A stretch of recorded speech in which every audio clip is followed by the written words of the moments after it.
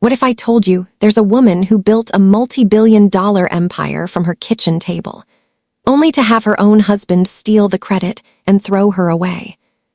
What if that same woman had to watch him promote himself while she served him coffee? And what if she had one ace up her sleeve that would make him beg for forgiveness? Well, buckle up, because this is exactly what happened to Victoria Chen. And trust me, by the end of this video, you're going to understand why keeping secrets is sometimes the deadliest weapon. Before we dive in, I need you to do something for me. If you believe in second chances and cold justice, if you love watching karma work in real time, smash that like button right now. Subscribe to this channel, and share this video with someone who needs to believe that the universe always balances the scales. I'm telling you, this one hits different. Now let's get into it. Seattle, 12 years ago. Victoria Chen was a software engineer. Brilliant, hungry, frustrated. She worked at a big tech company, but her ideas were constantly rejected. Her projects were given to men who got the credit. Her solutions were too risky until male colleagues proposed the same thing. She watched mediocre men get promoted while she was told to be patient and be a team player. At night, in her cramped studio apartment, Victoria would code. She'd build prototypes. She'd dream of creating something entirely her own. Then one night, at 2 a.m., inspiration struck. A platform. A revolutionary cloud-based system that could streamline corporate operations, cut costs by 40%, and increase productivity exponentially. She called it Synergy Core. She didn't sleep for 3 days. Code flowed through her fingers like magic. By the 4th day, she had a working prototype. It was genius. She knew it. Everyone who saw it knew it. That's when she met James Chen. James worked in sales at her company. Charming, handsome, a smooth talker who could sell ice to an Eskimo. He had zero technical knowledge, zero business acumen, but he had something more valuable in 2012, the confidence of a man who'd never been told no. Victoria showed him Synergy Core one night over drinks, explained the concept, the market potential, everything. James's eyes lit up. Not with excitement about the product, with excitement about the money. "Vicky," he said, using that nickname she'd told him she hated. "This is genius. We should start a company." "We," Victoria laughed. "James, I built this." "Yeah, but I can sell it. We make a great team. Besides, who's going to fund a woman? It's 2012. The tech world is still a boys' club, but a guy with a beautiful woman as a co-founder, that's a story." Victoria was naive back then. She thought they could be partners. She thought love meant equality. They launched Synergy Core in a tiny office above a ramen shop. Victoria handled everything technical. She coded. She debugged. She optimized. She worked 80-hour weeks, sleeping under her desk, living on coffee and hope. James handled sales. He made calls. He smiled at clients. He wore expensive suits and talked about his vision. The first client came in month 2, then 5, then 50. By year 2, Synergy Core was valued at $50 million. By year 4, $500 million. And Victoria, she was still pulling all-nighters while James attended investor meetings and gave interviews about his entrepreneurial journey. But she told herself it was okay. They were married now. What's mine is yours, right? Wrong. "Victoria, we need to talk about your role." It was James, in his office, the office at their company, the company she built. "What do you mean?" Victoria asked. "I mean, you're brilliant at what you do, but you're not a face person. You're not a CEO. I need to step more into the CEO position. Full-time." "James, you've always been CEO. I'm the CTO. That's literally Chief Technology Officer." "Yeah, but people don't connect with you. You're intense, awkward, you don't know how to work a room." Victoria's stomach twisted. "James, look, what if we make this official? I become CEO full-time. You stay as CTO but report to me. We restructure your role." "Report to you. We're partners." No, he said, smiling that charming smile that used to make her heart melt. We were. Now I'm running the company.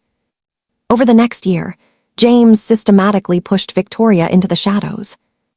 He removed her from investor meetings. You'll just confuse them with the technical details, he said. He stopped mentioning her in interviews. The narrative is cleaner if I'm the sole founder, he explained. He froze her out of strategic decisions. These are CEO-level calls. But here's the thing, he still needed her. Every time the code broke, she fixed it. Every time the system crashed, she was there at 3 a.m. saving the company. But nobody knew. Nobody saw. She was the invisible backbone holding up his empire. One day, Victoria's best friend Sarah asked her about a Forbes article about James. James Chen, the visionary who built a tech empire from nothing. Sarah showed it to her. Vicky, this is your achievement. Victoria read it. Her hands shook. James had rewritten history. He was claiming full credit for Synergy Core, the entire concept, every innovation, every solution. And in the article, when he mentioned Victoria, it was as a junior engineer who helps with maintenance. Junior engineer. For a system SHE invented. Victoria confronted him that night. How could you do this? You told the entire world you built Synergy Core alone. James shrugged, not even looking up from his computer. I did build it. I built the company. You were just the programmer. Just the programmer. I invented the core algorithm. You did what I told you to do. I had the vision. You executed it. That's not partnership, Victoria. That's employment. Something broke inside her. I want the truth out. You want nothing, James said, cold as ice. Because if you go public with this, I'll make sure you never work in tech again. I own this company. I own our life. And frankly, I'm tired of looking at your face every day. He stood up.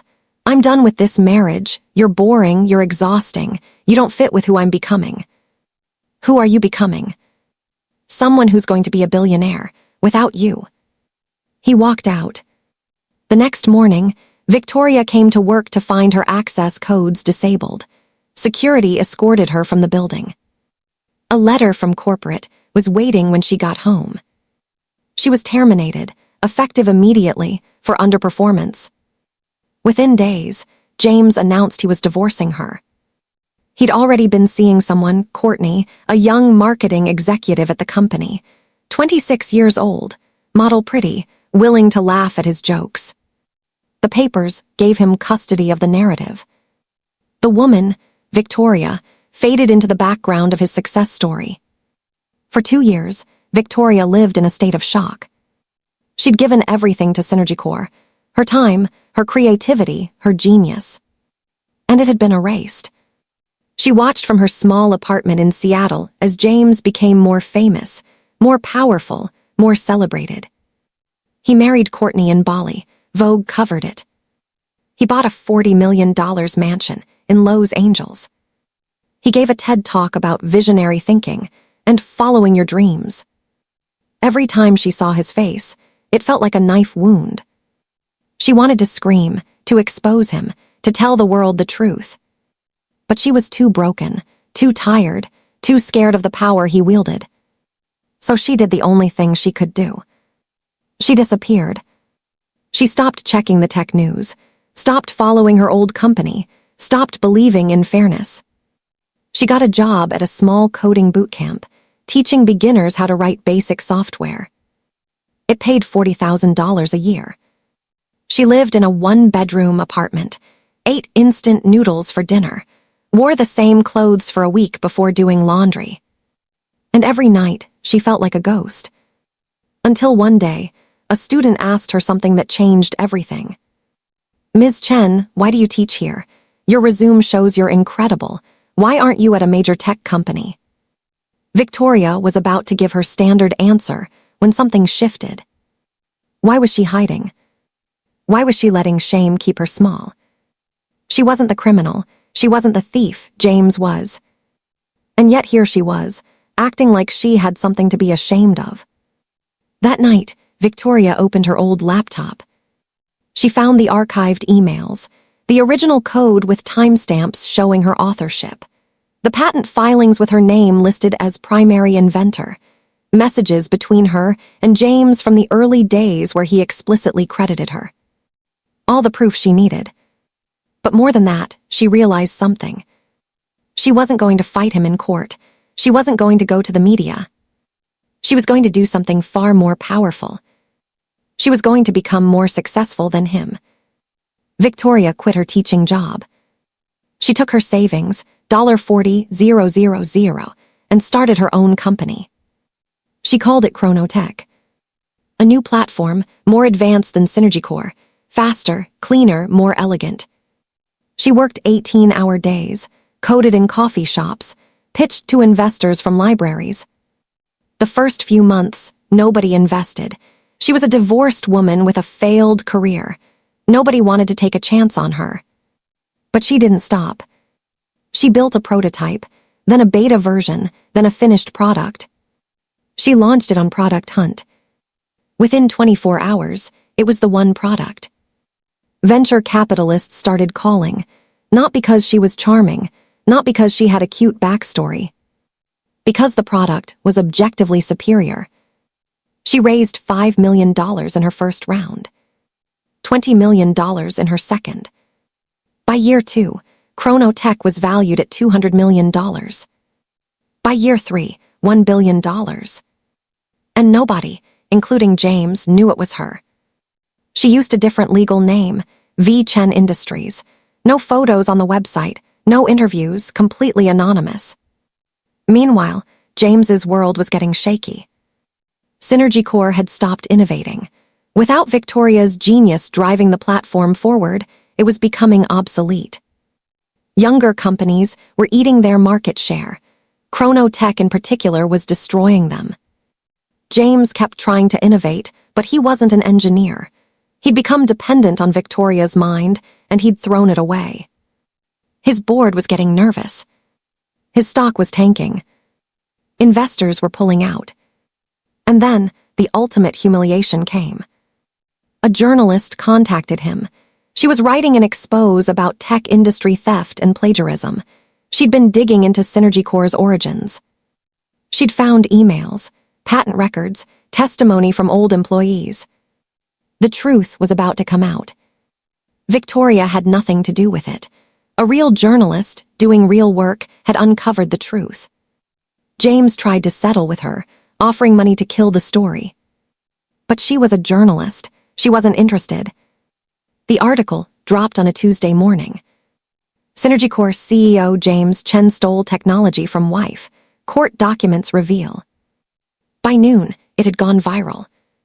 By evening, Synergy Core's stock had dropped 40%. By the next day, the board had fired him. James was destroyed, his reputation shattered, his career over. Courtney left him immediately, took half his assets and disappeared to London. James was living in a modest apartment in Seattle, a far cry from the LA mansion, when he got a call. Mr. Chen, my name is Richard Foster. I'm the CEO of V. Chen Industries. We'd like to meet with you. James agreed, not knowing why a major tech company would want to meet with him. He was radioactive, unemployable. He showed up to the meeting in a cheap suit, looking haggard. The boardroom was sleek, modern, impressive. And then the door opened, and Victoria walked in. James's face went pale. Victoria, what? What is this? This, James, is your reckoning. She sat down across from him. You built your career on my work. You stole Synergy Core. You threw me away. And for 12 years you got away with it. Victoria, I'm sorry. I didn't know. Yes, you did. You knew exactly what you were doing. She slid a document across the table. This is my offer. It's the only one you're getting. James opened it. His hands started shaking. $10 million, he whispered. $10 million, Victoria confirmed. In exchange for your complete silence, you never speak about Synergy Core again. You never claim credit for any part of it. You sign an NDA, and you disappear from the tech industry permanently. And if I don't? Victoria smiled, cold, calculated. Then I take everything. I sue you for fraud, theft of intellectual property, and breach of fiduciary duty. I have proof going back 12 years. Email records, code timestamps, patent filings, witness testimony. You'll be paying lawyers for the next decade. You'll lose everything. You'll end up with nothing. James stared at her. You're the founder of V-Chen Industries. Yes. That's a $20 billion company. Yes. And you. He couldn't even finish the sentence. I succeeded without you, Victoria said simply. While you were destroying my career, I was building a better one. You tried to erase me. Instead, you erased yourself. She stood up. You have 48 hours to decide. Take the $10 million and disappear quietly, or fight me and lose everything. Your choice. James took the money. He signed the NDA. He disappeared. Last anyone heard, he moved to a small town in Montana and works at a sports bar. The story of his downfall became legendary in tech circles. Not because of the scandal, though that was juicy, but because it proved something profound. Real talent doesn't need stolen credit to shine. Chronotech expanded to 5 more offices, then 10. Victoria became the youngest, self-made female billionaire in tech history. She did interviews. She was honest about her past. She didn't hide the betrayal. She became a voice for women in tech, fighting against the very system that had tried to silence her. She created the Chen Foundation, investing in female engineers and entrepreneurs. She mentored thousands of women, helped them navigate the same obstacles she'd faced. One day, at a tech conference, a young engineer asked her, Victoria, what's the key to success? Victoria smiled. Don't confuse silence with weakness. Sometimes the strongest thing you can do is disappear, build in secret, and come back unstoppable. Years later, Victoria was giving a keynote speech at the World Tech Summit. Standing ovation, thousands of people, her face on screens worldwide. She was talking about resilience, about how betrayal can be the best teacher. When James threw me away, she said, I thought I was finished. I thought my career was over. But what he actually did was liberate me. He freed me from the burden of partnership. He freed me to build something entirely my own, something better than Synergy Core ever was. The audience erupted. But Victoria was looking at something else. In the back of the auditorium, watching through the live stream on his phone, James saw her speaking. He saw how powerful she'd become, how far she'd risen. He saw a woman who had transformed pain into purpose. And he understood, finally and completely, what he'd lost. It wasn't just Victoria the woman. It was Victoria the genius, Victoria the visionary, Victoria the one who could have changed the world alongside him. Instead, she changed the world without him. And that was the real victory. Here's what Victoria learned. And what you need to know. Never let someone steal your light and then convince you that you were never bright to begin with. Your success is your own. Your credit belongs to you. Your genius is not diminished because someone tries to take it. The world will try to erase you. Men will try to take your work. Systems will try to silence you.